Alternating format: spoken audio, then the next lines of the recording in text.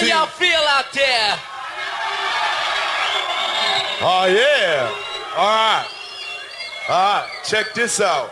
1, 2, 3. In the place to be, as it is plain to see.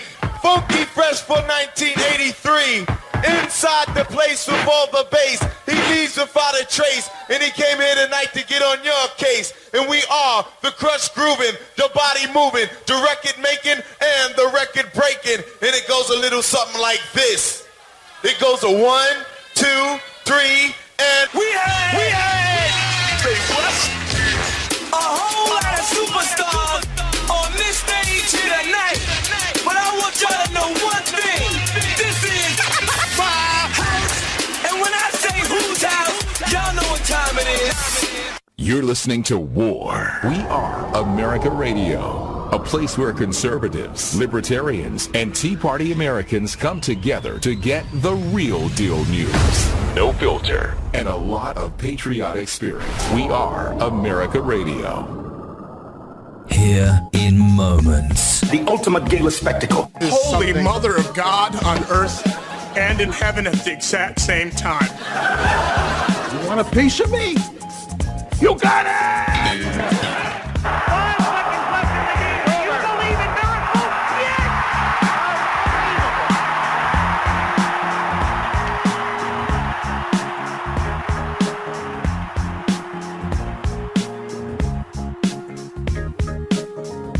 Let's go ahead and get into the festivities. This is the Dan Adams Show live. As you can see, we're here on War Radio and Facebook Live.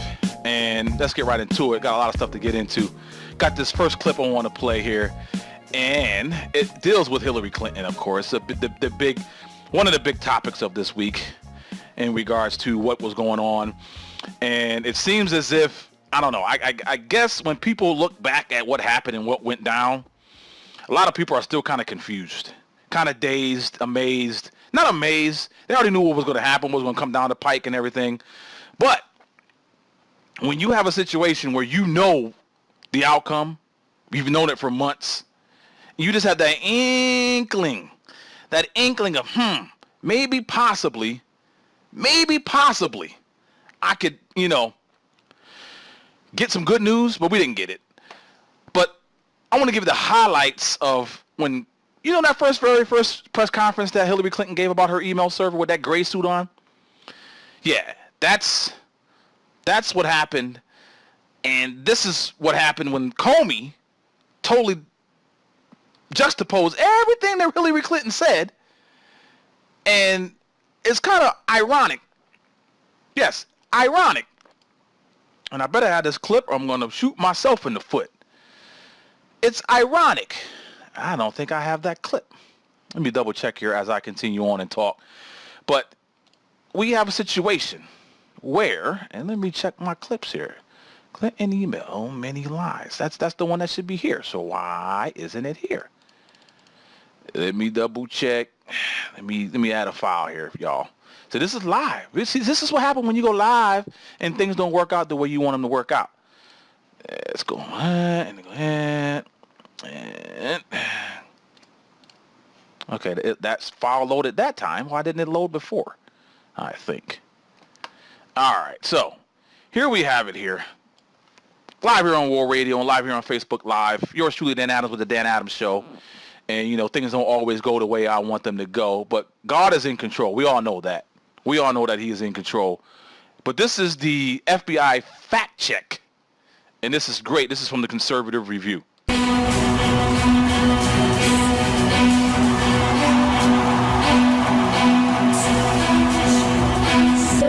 I did not email any classified material to anyone on my email. 110 emails in 52 email chains have been determined by the owning agency to contain classified information at the time they were sent. I did not send or receive any information that was marked classified at the time. For example, 7 email chains concern matters that were classified at the top secret special access program at the time they were sent and received. I responded right away and provided all my emails that could possibly be work-related. The FBI also discovered several thousand work-related emails that were not among the group of 30,000 emails returned by Secretary Clinton to state in 2014. Okay, several thousand emails, work-related, that weren't sent over to the State Department. Several thousand. You hear what Comey said? Several thousand. Let's just continue with this clip, but let that resonate. Several thousand work, not personal, work emails were not turned over. I thought it would be easier to carry just one device for my work and for my personal emails instead of two. And she also used numerous mobile devices to send and to read email on that personal domain.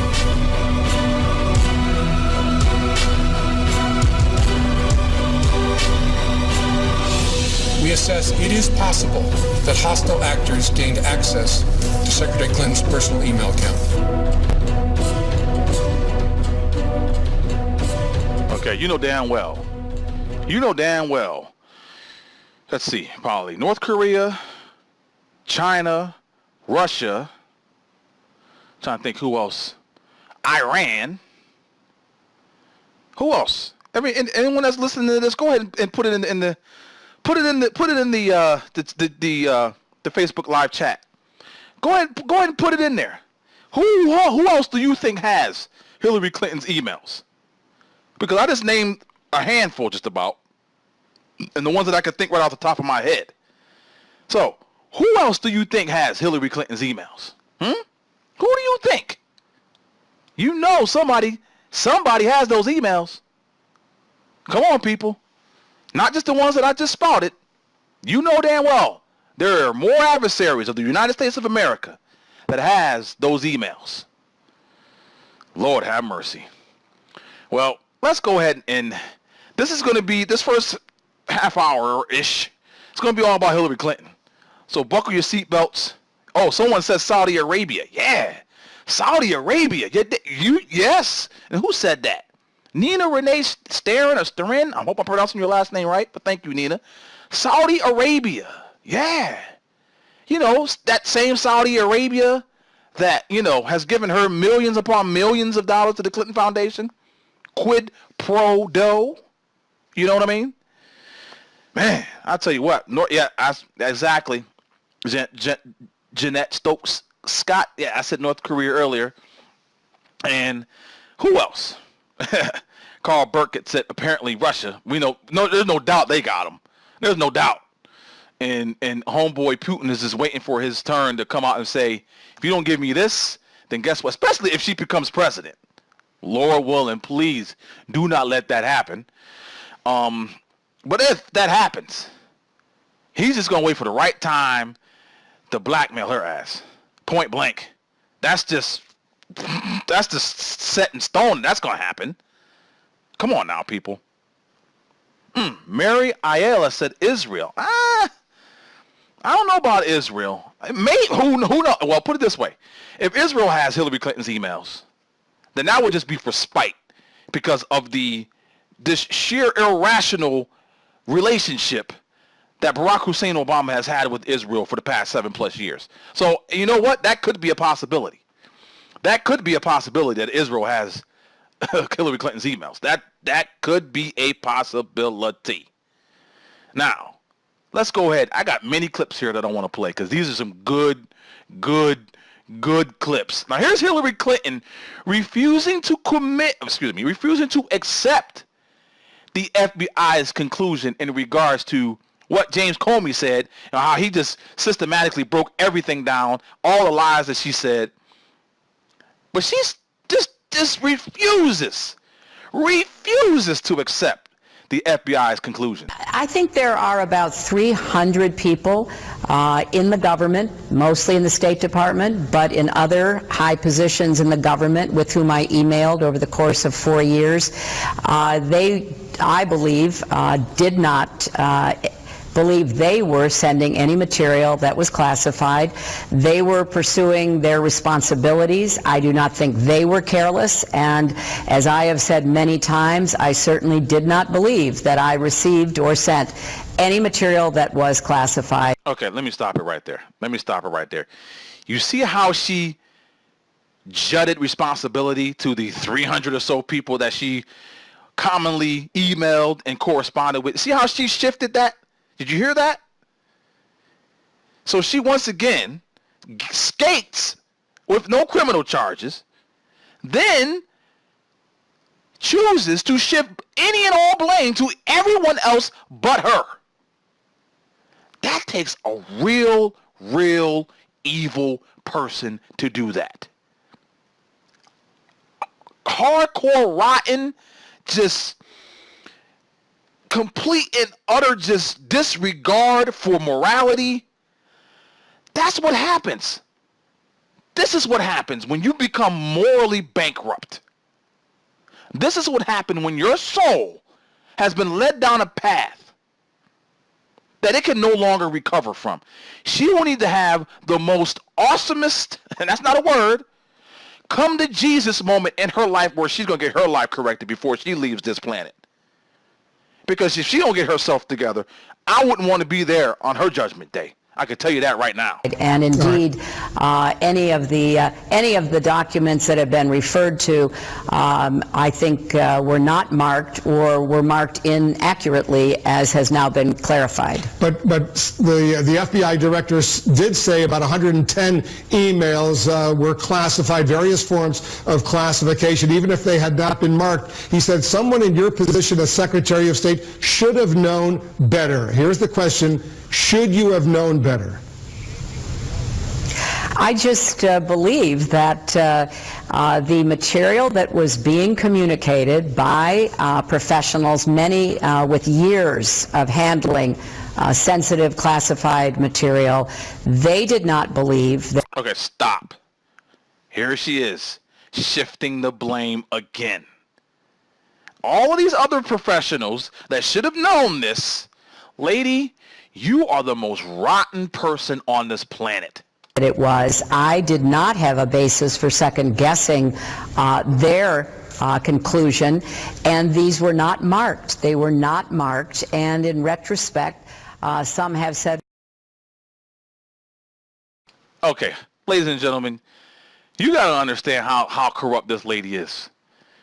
You got to understand the sheer corrupted nature. Exactly, Sarah Adams Moffat. She is evil personified. And I'm going to try and check this as I go here. I'm going to try and check the Facebook live chat. But yes, she is evil personified beyond. And if those who are checking this out right now, I appreciate it. You're listening to the Dan Adams Show live here on Facebook Live, and I'm having an issue for whatever reason on War Radio. Encoder was working just fine earlier, and now all of a sudden doesn't want to work. But I'm going to keep trying to reattach to that. And so if you're not listening or watching on Facebook Live, you can go to War Radio, weareamericaradio.com. That's weareamericaradio.com. But I need to go check my settings first and see everything's all right. And I believe everything is all right. But as I digress and as I continue, we have a situation here where evil has just, it's almost to the point where you can't, it's unfathomable. It really is. To have the nature of, I am going to do whatever I have to do to maintain my power. I've been in the political and public spotlight for decades. Everyone knows all the scandals that are swirling around me. Everyone has this untrustworthiness about my nature and who I am as a person, number one, and then what she has done in public and political life. But yet, she decided to, number one, subvert FOIA, that's the Freedom of Information Act, guidelines and laws and personification and everything else you want to talk about. She did that on purpose. She did that on purpose. No one that you know, and all these Democrats and liberals keep bringing up Colin Powell and all the other people who had personal. No. None of them people had a private, unauthorized email server in her basement None of them people had that. Only the number one person to ever have done what she has done in governmental history was Hillary Clinton. And her setting up a unauthorized personal email server that was not properly secured and had classified, above top classified, top secret, SAP, whatever the heck, everything, the highest of highest classified information flowing through that unauthorized, unsecured server. Now, for anyone who has an inkling of doubt that that woman should have been prosecuted, there's nothing I can do for you. There's absolutely nothing that I can do for you. Because you have already been number one bamboozled and brainwashed and whatever the heck else. And for those who are still on the plantation, as far as, I don't give a heck if you're black, white, Chinese, Hispanic, if you're on that Democrat, liberal, leftist plantation and take everything that these people say as doctrine, there is nothing I can do for you but pray for you. That's it. There's nothing else I can do. Nothing else I can do.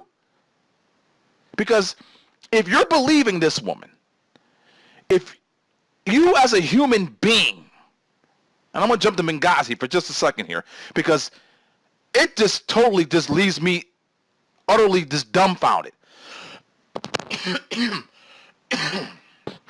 Excuse me, didn't want to cough into the mic. It leaves me completely and utterly dumbfounded that Hillary Clinton supporters are so into the tank with this woman that they have no moral compass whatsoever. 4 Americans died and they could give a damn. They don't care. They do not care.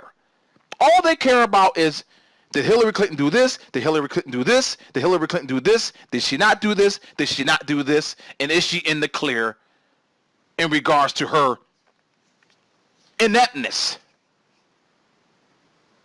Now, juxtapose and jump back to these past weeks' happenings with FBI Director James Comey, who's on record,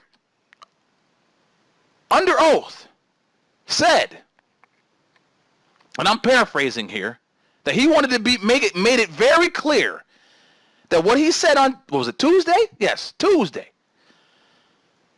That he didn't talk to anybody else in the government. No one knew what he was about to say.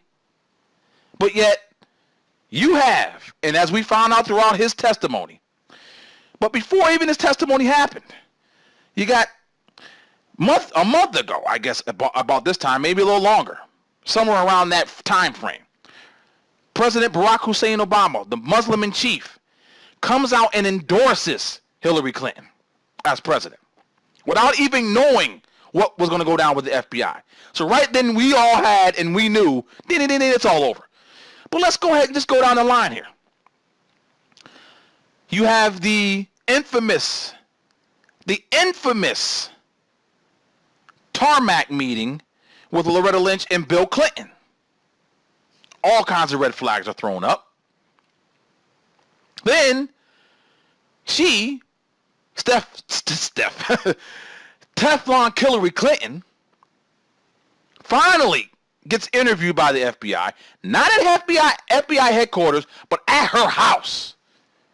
So she's so big and beyond reproach. She had the FBI come to her house in Chappaqua, New York. And then as we find out from FBI Director Comey's testimony, he didn't ask her one question. She wasn't put under oath. None of her interview was recorded, transcribed. And, excuse me, we found out from Director Comey that he didn't even talk to all of the agents that interviewed Hillary Clinton. So a normal human being like myself and a lot of you out there, and if for you who may be checking this out on Facebook Live, and those who may be checking it on War Radio, especially on Facebook Live, share this. Let's get some more people on here. I'm seeing some people on here. I'm glad to see those who are on here with me tonight on the Dan Adams Show. And share this right now. Share it to everybody so we can all converse in this chat room on Facebook Live. Now, I got another clip here that I want to play. And I already played the clip of her refusing the FBI's conclusion.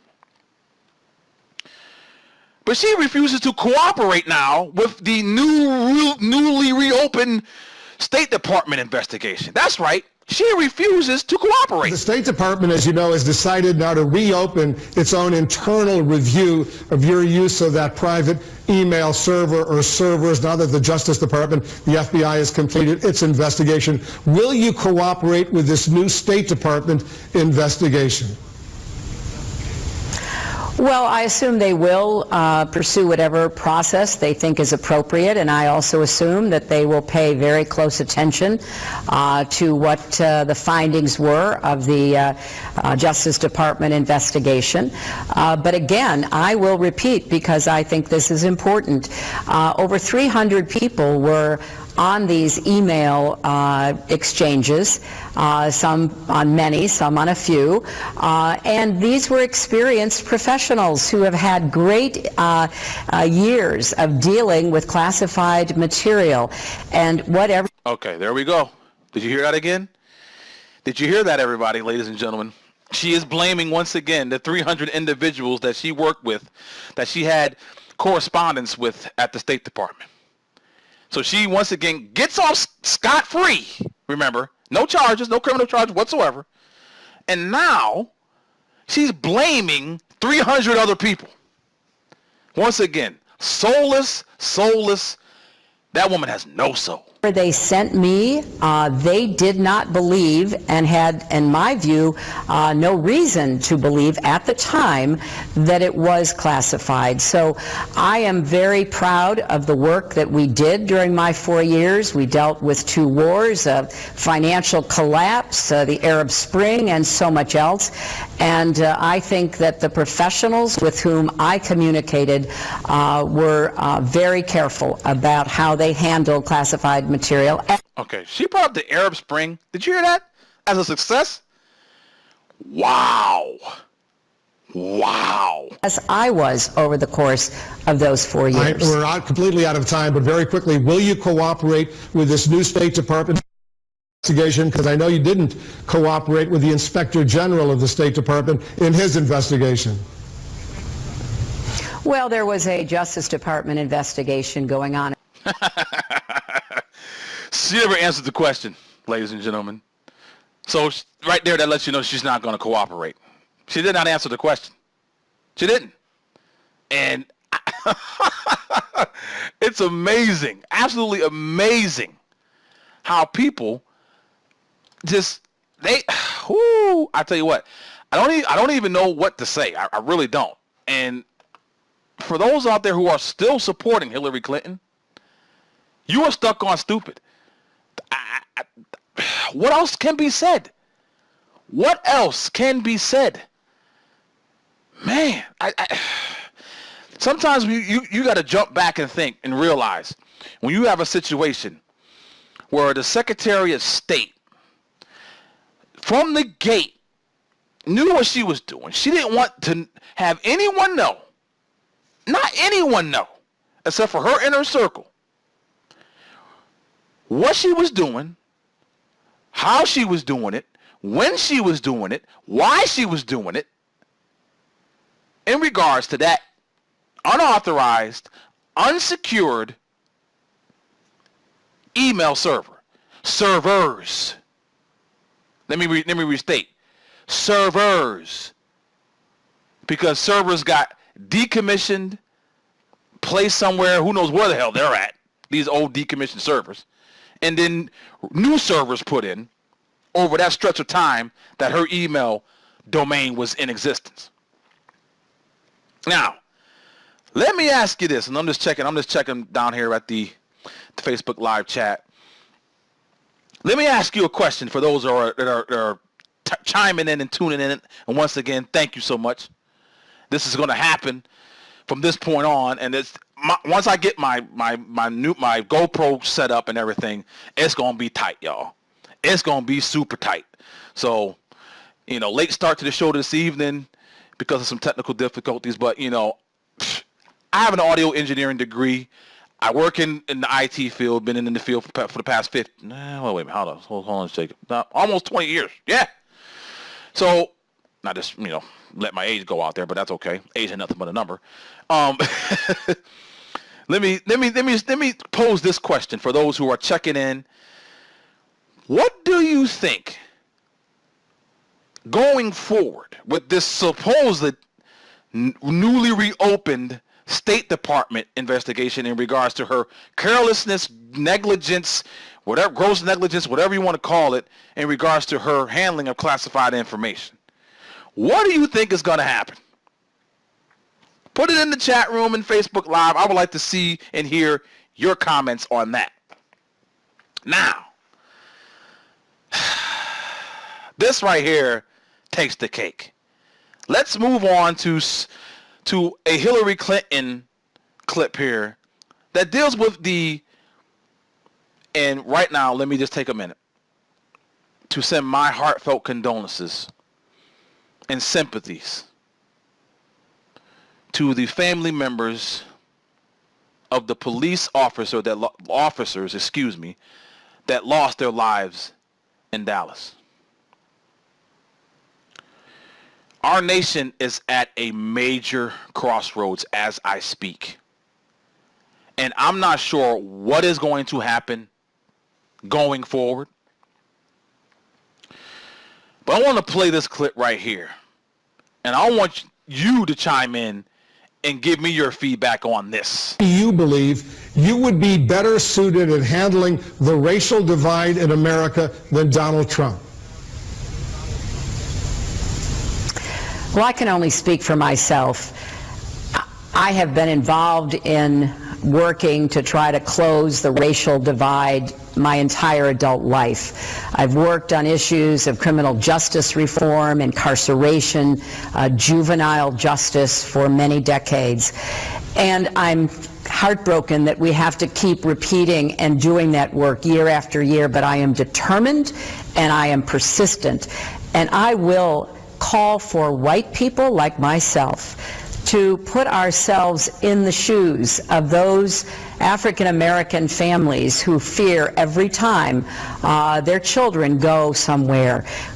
Okay, let me pause it right there. And this might be the next half hour that I'm about to speak. She is calling on white people. And to my fellow Caucasian brothers and sisters, those who have the same mentality that I have, those individuals who are on the same avenue, the same lane that my thinking is, I give you the ultimate permission. I give you the ultimate, when you hit that button, the on-off switch, I'm turning it to on. What am I turning on? I'm turning on your right. Not because you're white, because that has really nothing to do with it. But the fact that Hillary Clinton is calling on white people to be, and let me get the name of this clip here, to be better listeners. Okay. How in the world can a woman like Hillary Clinton calls on the white race, whether it's here in America, more likely she's talking about the white people here in America, but it could be worldwide, calling on white people to be better listeners, to put themselves in the shoes of black, I'm not African American, I'm black. Black families who have to worry about their children. And I'm going to let the clip finish here so you can hear exactly what she said here. I'm going to have to play it again. So let me just finish it, and then I might play it again. To have the talk about, how to really protect themselves when they're the ones who should be expecting protection from encounters with the police. I'm going to be talking to white people. I think we're the ones who have to start listening to the legitimate cries that are coming from our African American fellow citizens. Okay. I am going to play that clip again. So you can wrap your brain around what she just said. Here it goes right now. Well, last question then. Do you think Director Comey Sorry, let me get that clip back. Apologize for that. Here is that clip once again. You believe you would be better suited at handling the racial divide in America than Donald Trump? Well, I can only speak for myself. I have been involved in working to try to close the racial divide my entire adult life. I've worked on issues of criminal justice reform, incarceration, juvenile justice for many decades. And I'm heartbroken that we have to keep repeating and doing that work year after year, but I am determined and I am persistent. And I will call for white people like myself white people like herself to put ourselves in the shoes of those African American families who... Okay. Especially you, Hillary Clinton. Don't even attempt to even try to even put yourself in my shoes. Stop. Divert. Change lanes. Here's a fork in the road. Completely go the opposite way.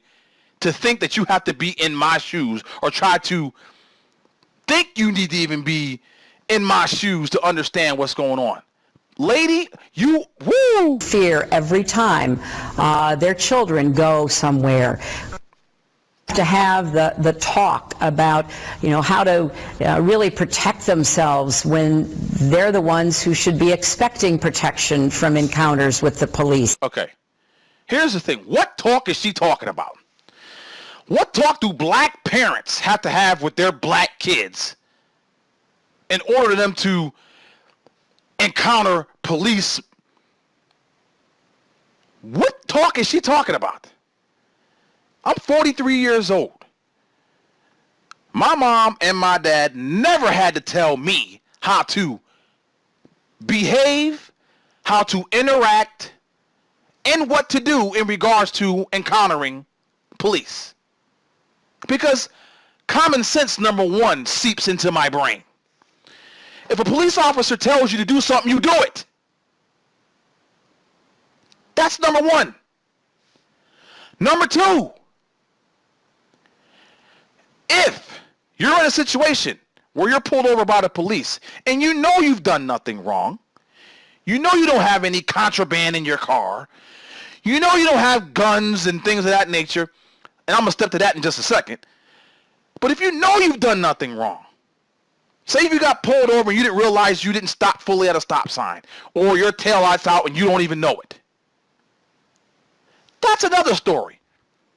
And if that police officer comes up to you and tells you that, don't jump off. Don't make it seem like you're being inconvenienced because he pulled you over. That's his job.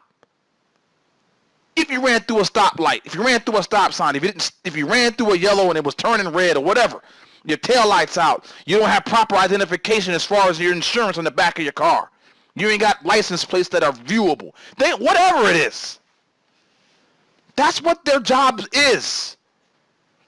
And if you can't render your mind to realize that, then you got a problem. Now, with all the events that have happened and are happening right now as I'm talking, with this unbelievable racial divide in America right now, and it breaks my heart It absolutely breaks my heart. Because for those that don't know, I'm married to a white woman. We've been married for 18 years. We have a son. He was 17.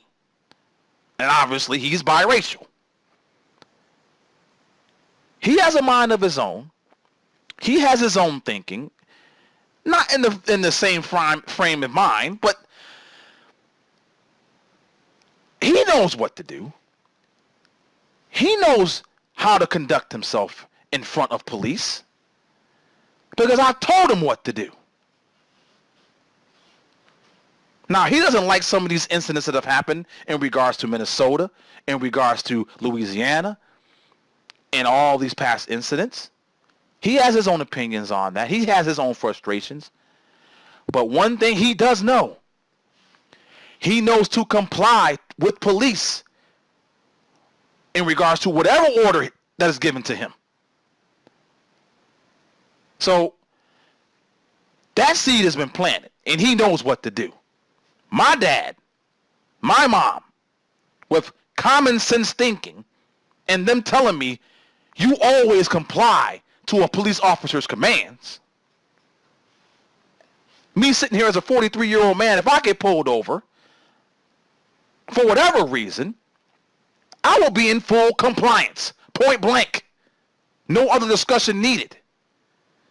Even if I'm having a bad day, even if that cop's having a bad day, he's popping off at me for whatever reason and yelling at me for whatever. You know what? The ultimate goal is for you and for him to walk away from that incident unharmed. So whatever you got to do to diffuse the situation, whether it's you in a bad mood or the police officer that's in a bad mood, comply, shut the hell up, and go home. How difficult is that? How hard is that for some of these black folk walking around here in America to accomplish?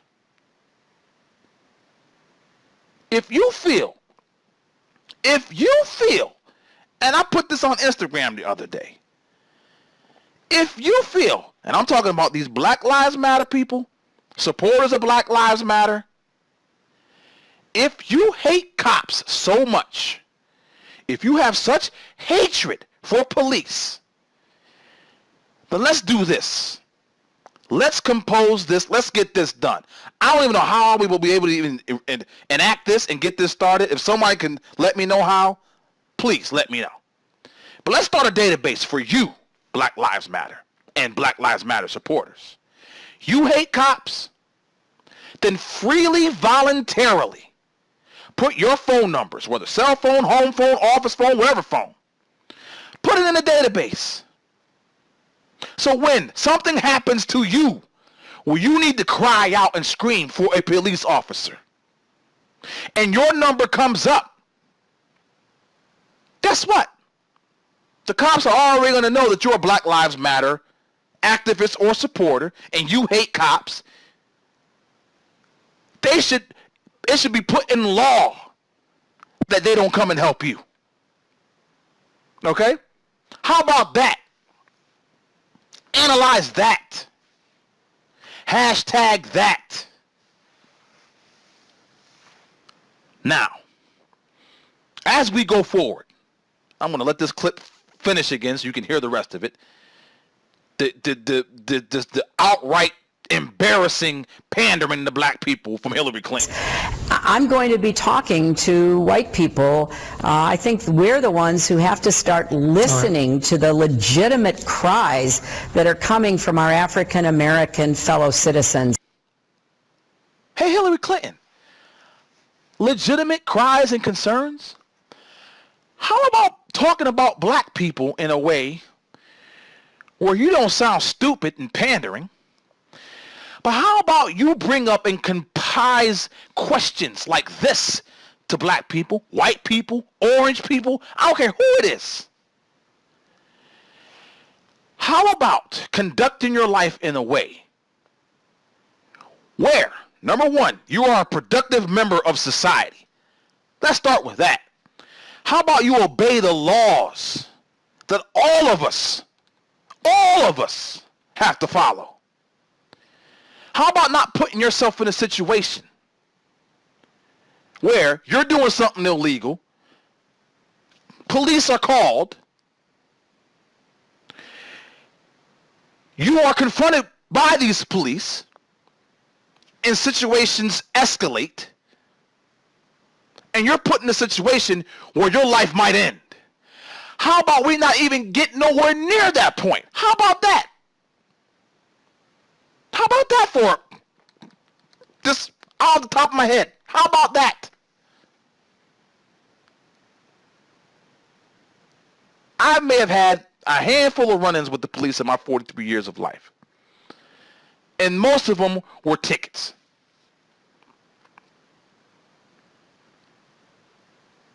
Now you say to yourself, now you have a come to Jesus moment with yourself and realize, okay, if I have to have a talk, or the talk, as Teflon Hillary Clinton says, that black parents have to have with their kids in regards to how to interact with police if you are confronted by them. Number one, lay the foundation and tell them exactly what they should do, how to behave, and how to interact, so that you and that police officer goes back home and goes and no harm is done to either one of you. We don't have to hear about a story on Fox News, MSNBC, NBC, ABC, CBS, CNN, that somehow a normal incident in regards to a traffic stop ends up to where someone's getting shot and killed. Compliance. How hard and difficult is that? It's not. But when certain folk, and it's not all black people, but when certain folk have this mentality that they're, number one, above the law, number two, they feel they don't have to comply for whatever reason. It could be a myriad of reasons why they feel they don't have to comply in regards to commands given by police. Are you kidding me? When you have a situation, and I'm talking to everybody. I'm not talking to black people, white people, Asian, Hispanic. I'm talking to everyone. If you have a situation when you encounter police, comply. That is all you have to do. If it comes down where you think you've been wronged for whatever reason, just be so ever clear in your mind. And if you can remember, if you got a good memory, jot down the officer's name. Jot down the officer's badge number. And deal with it after you and that police officer have separated and gone your separate ways and you have been unharmed in any way. Then take it to the police and find out if there's something you feel that you've been wronged about can be handled. Because even at that point, you're still alive, the police officer's still alive, all those that may be involved are still alive, and we'll handle it like adults. How about that for a novel idea? Now, here's my thing. And I've been trying to check and see what's going on in the chat room here. But we have a situation, as I said earlier. We are at a crossroads in America. Some people don't know what their right is from their left, or their left from the right, up, down, sideways. They feel that a racial war is right around the corner. They feel that martial law is going to be set upon us by Obama. They feel that Obama is going to disregard everything in regards to presidential elections, and he's going to do whatever he has to do to stay president. Now, that's a lot of conspiratorial theories thrown out there. I am not that kind of a person. and you can think along those lines, that is all on you. And granted, there's evidence that is pointing to some of these things. But until I actually see it happen, I really can't go down that road. I really can't take myself down that road. But I understand. Don't get it twisted. I understand completely how you can come to that thinking because of what has happened and what has transpired, especially within these last few days and these past couple of weeks. Now, I am going to play one more clip here. Okay? And for those who may have a slant in regards to how everything went down this week, I'm going to play this clip here. It's a pretty long clip, but I have to play it because the people involved in this clip break it down so succinctly, so much better than I can do it. And that's what I try to bring to you here on the Dan Adams Show, is succinct opinion, succinct realization of the facts, and for those individuals who can put it in a better frame than I can, then that's what I'm going to do here on the Dan Adams Show. This is Sheriff Clarke. He was on the Maria Bartiromo's show on Fox News. He just basically said Obama has set this whole country on fire with his race and his racial politics. Welcome back. A top law enforcement group, the Fraternal Order of Police, is asking the Justice Department to investigate the killings of 5 Dallas police officers as a hate crime. But there could be a hurdle because the Justice Department's definition of a hate crime does not include acts against the police. Just before Mika Johnson was killed by police, he told them he, quote, wanted to kill white people, especially white officers. Joining me right now is Bill Johnson. He is the Executive Director of the National Association of Police Organizations. Also joining the conversation by phone is Sheriff David Clarke of the Milwaukee County Sheriff's Police Office. Thank you so much, gentlemen, for joining us. My pleasure. Thank you, Maria. Bill Johnson, let me get your take first off in terms of identifying this as a hate crime. Well, certainly there's a lot of hatred evidenced against the officers themselves. I think the attacks that we're seeing upon police all across this country evince a hatred of police in general, regardless of the color of their skin. The happenstance or the murders in Dallas, the man who committed the murders has already been dispatched to meet his maker and to be judged. So I think it may be late, unfortunately, there. But I do think that the Department of Justice and the President has to affirmatively act to protect police going forward. And we've been incredibly disappointed. All across this country, officers are disappointed in the lack of leadership, the lack of public support, the lack of equipment, the lack of trust that the President and the Attorney General have evinced in their treatment of police. Because the President's words are strong words, and that sets the tone for the entire country. Sheriff Clarke, do you agree with that? What are you seeing from your standpoint? Well, here's what I see. I think there's an elephant in the room that too many people want to talk around, and it's where we go when we're dealing with these deadly encounters between young black males and police. And I think it's a good time to transition back to what the real problem is and just ask yourself, what leads to so many instances of interactions between young black males and police in urban centers? It's crime. Who are police after? Criminals. Ask yourself who is overrepresented in involvement in violent crime? Young black males. Let me pause it right there.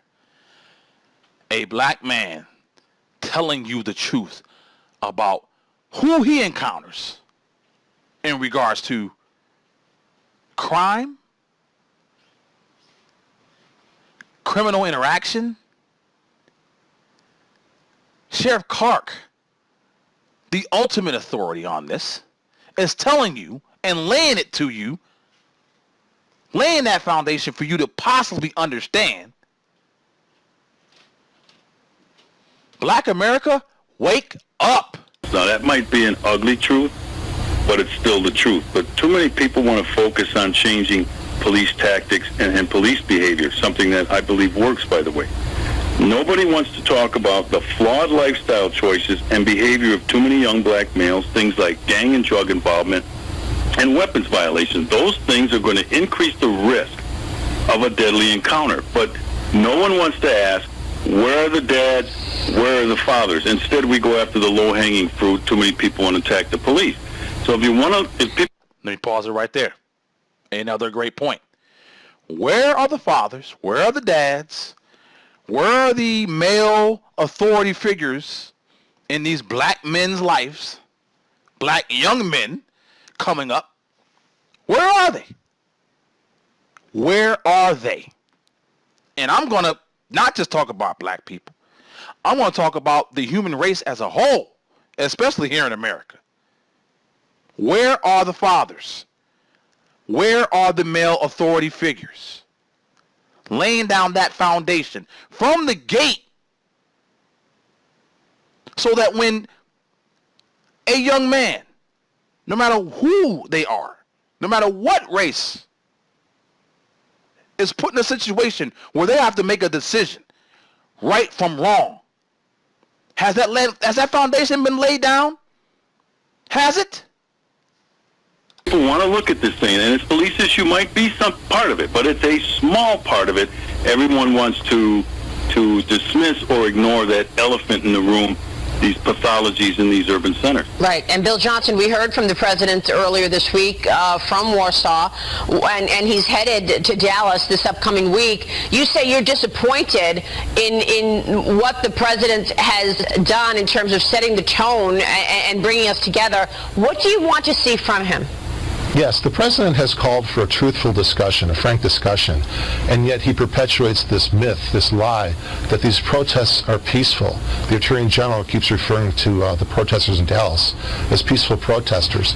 Yet everywhere these groups go, attacks and shootings and murders of police officers follow in their wake, whether it was Ferguson, Missouri, New York City, Baltimore, Maryland, and now Dallas. At some point, if we want to have an honest conversation, you have to realize that these are not peaceful protests. They never were. They march around calling for the murders of police officers, and yet when it happens, everybody acts as if they're shocked. Like, how could this have happened? Responsibility has to come from the very top. It has to come from the presidency. And to have groups like this protesting and saying that we want to tell you how you ought to run your local government or local police department, but they can't even control their own rallies, it's insane. The men and women are out there today, as Congressman pointed out, they're still doing their jobs this morning. They get up and go to work. They're threatened. They're shot at all across this country. San Antonio, Dallas, Georgia, Tennessee, St. Louis, just in the last couple days. But they still do their jobs. And that's, I think, what has to be recognized. So what can the president say, Sheriff Clark, from your standpoint, on the ground, in the thick of things, in the police force? What can this president say, do you believe, to underline Bill Johnson's point there? He should say nothing. Every time he opens his mouth, he fans the flames of this anti-police sentiment that is sweeping the country in some of these urban centers. He reminds me of a pyromaniac who sets a fire, then calls 911 for the fire department, and then returns to the scene to watch the fire department have to put out the fire. Look, Dallas is on fire. Many of these cities, Chicago, Milwaukee, Louisiana, these cities are on fire. The president shows up. This is nothing but symbolic. And I think the best thing he should do is just stop talking, let these things be handled at the local level. The media is going to do enough fanning the flames and creating drama. He doesn't need to add to it. I'm going to continue to fight and resist and push back against this anti-cop president's attempt to transform this profession of law enforcement. We don't need to be transformed. He knows nothing about it. He's never done this job. Some of the things that he recommends that police put into their training are just going to get officers hurt and killed as well as citizens. So right now, with what he's done with this thing to set this whole country on fire with this his race politics, he should just leave it alone. Bill Johnson, do you agree with that? I do. I think that a lot of the recommendations coming from the administration, and particularly the disarming of police, taking away defensive gear like bulletproof vests and helmets and bulletproof cars, and at the same time appeasing very violent movements. It's appeasement, it's disarmament. He's become the Neville Chamberlain of this war on cops. Wow. Bill Johnson, Sheriff Clark, thanks very much, gentlemen. We appreciate your time this morning. Blue Lives Matter. The Neville Chamberlain in this war on police. I couldn't have said it any better. Barack Hussein Obama has become the Neville Chamberlain in regards to the war on police. I couldn't have said it any better. And I don't understand when you have a situation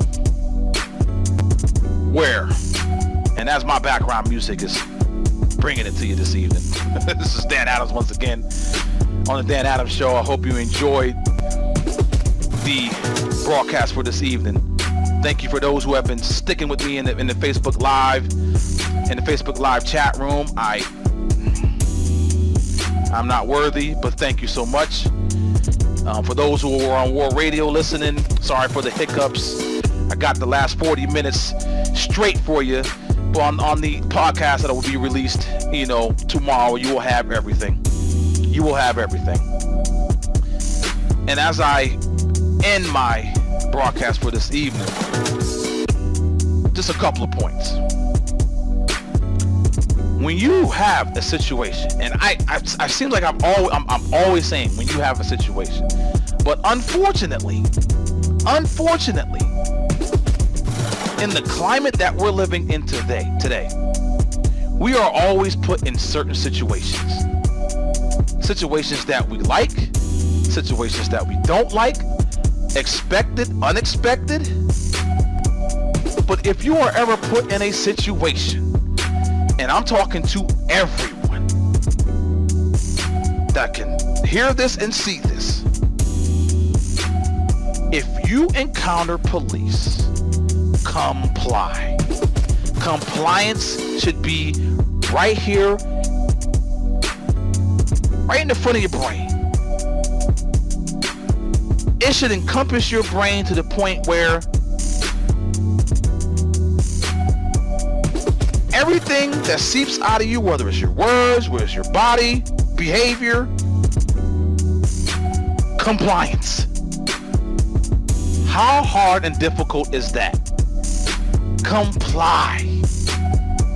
And I want to give, as I'm thinking about compliance, hey, DeRay McKesson, Mr. Black Lives Matter activist, got arrested in Baton Rouge a couple days ago. Did you see the picture that I posted on my timeline? Where he's down on one knee and the cops are putting the handcuffs on him and he's staring straight into the camera. Really? Really, DeRay McKesson? I thought it was about the movement, brother. No, it's all about you cashing in, number one. It's all about you making a name for yourself, number two. And third, don't drop the soap.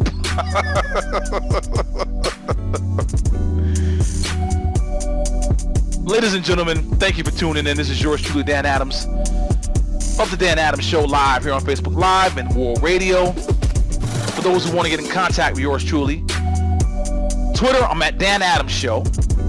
Facebook, Dan Adams 73. On Instagram, I'm Dan Adams PGH. The website, yes, the website, all one word, thepoliticalheat.com. Thepoliticalheat.com. I've been throwing my stuff at you lately, and I appreciate those who have been sharing my articles and stories and things of that nature. But you can go there and check out, yours truly, what I've been up to. And for any out there who want to join the Political Heat family in regards to, if you have that inkling of writing, and you got so much on your mind and your brain that you got to put it down in an article, you want to get it out there, my website is that vehicle for you. So hit me up at my email address, danadams73@gmail.com. That's danadams73@gmail.com. As I always end my broadcast, let me do this. Number one, thank you for tuning in. May God continue to bless you and your families. May He keep your families safe. And until next time, which, for those that don't know, I will be in Cleveland, probably around this time next Sunday, with my War Radio family. We will be broadcasting live from the RNC Monday through Thursday. Next week. Not this coming week, next week. You know when the RNC is. So until then, may God bless you and your families. May He keep you and your family safe. Peace.